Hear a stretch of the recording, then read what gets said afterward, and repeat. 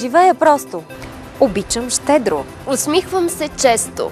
Желая само от сърце. Емоциите са това, което ни прави обикновени хора.